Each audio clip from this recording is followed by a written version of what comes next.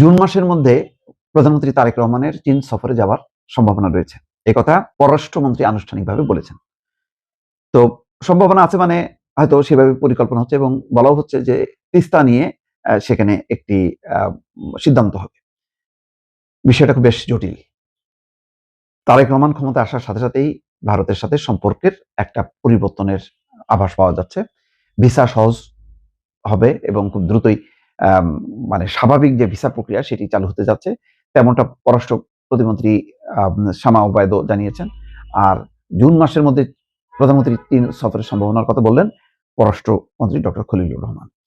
এখন কথা হলো যে এটা তারেক রহমান বা বাংলাদেশের জন্য একটা মানে বিব্রতকর বিষয় যে কোন দেশ আগে। বাংলাদেশের জন্য যেমন ভারতকে লাগবে বাংলাদেশের উন্নয়নের জন্য, প্রতিবেশী দেশ হিসেবে তার একটা অগ্রাধিকার আছে। আবার চীনও লাগবে। ২ টা দেশই গুরুত্বপূর্ণ। ভারতের একটা মানে মানে ভারত একটা পরীক্ষা করে যে তার প্রতিবেশী দেশগুলো দক্ষিণ এশিয়ার মধ্যে যারা নির্বাচিত হয়, নির্বাচিত হওয়ার পর তারা ১ম সফর করবেন ভারত। এমনটাই ভারত ধরে বসে থাকে।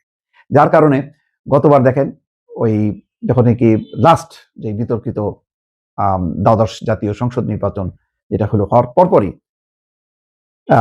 শেখ হাসিনা ছুটল ভারতে, তারপরে গেল চীনে এবং তখন তালগোল পাকায় ফেললো। সেখানে তিস্তার ব্যাপারে ভারতকে যুক্ত করার কথা যখন বলল, চীনে যে সেই সফরটা একেবারে মেড়মেড়ে হয়ে গেল এবং ৫ দিনের সফরটা ৪ দিন শেষ করে তাড়াতাড়ি চলে আসলো এবং ফলাফল খুবই কম। শুধুমাত্র চীনের প্রেসিডেন্ট তার সাথে কোনো আলাপ হয়নি, শুধুমাত্র প্রধানমন্ত্রীর সাথে কিছু এমইউ স্বাক্ষরের সময় তিনি ওখানে হাজির হলেন ২-৩ মিনিটের জন্য, ওইটুকুই।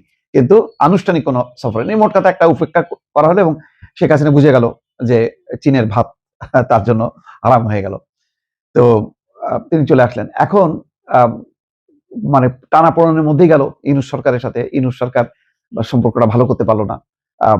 মোদী সরকারও চেষ্টা করলো না, বা প্রথম থেকেই যেহেতু পট পরিবর্তনের পর অনেক তিক্ত কথা ভারতের উদ্দেশ্যে, এবং সেটা সঙ্গত ছিল যে কেন এইভাবে আশ্রয় প্রশ্রয় দিল আওয়ামী লীগকে। তো সেই টানাপোড়েনের ধকলে ইউনূস সরকারের সাথে যে ব্যবধান, তখন থেকে তারা বলছিল যে বাংলাদেশে একটা নির্বাচিত সরকার আসলে তাদের সাথে সম্পর্ক স্বাভাবিক হবে। তো ধরাই যায়, তো নির্বাচিত সরকার মানেই হচ্ছে বিএনপি সরকার। তো এখন এবং তার পরিবর্তন সরকার আসার সাথে সাথেই দেখা গেল ইভেন বিএনপি যখন ক্ষমতায় আসেনি তার আগেই কিন্তু বাংলাদেশে চলে আসলেন জয়শঙ্কর, এসে সেই প্রয়াত খালেদা জিয়ার যেদিন দাফনের অনুষ্ঠানে তিনি আসলেন এবং সহমর্মিতা প্রকাশ করলেন।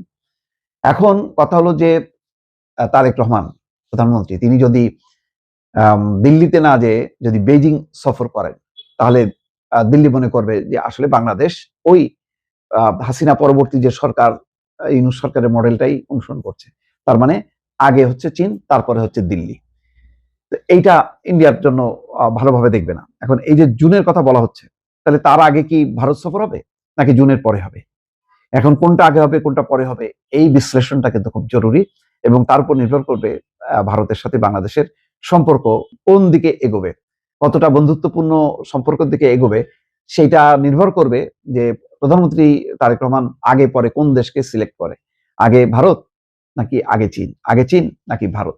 এইরকম একটা কিন্তু কূটনৈতিক টানাপোড়েন একটা অবস্থা মানে বিরাজ করছে।